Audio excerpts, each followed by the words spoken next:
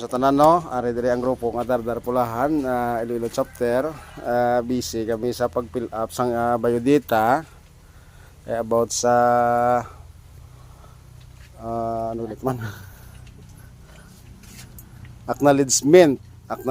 Para sa acknowledgement sang stasyon.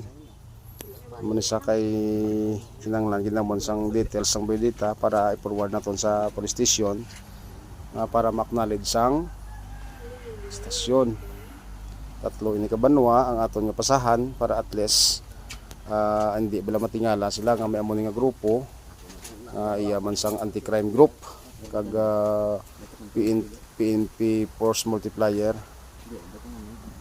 Muna sang amo nga tresurero. Busy gid siya.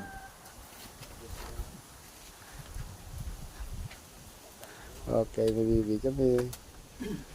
Okay na mo na? Yes.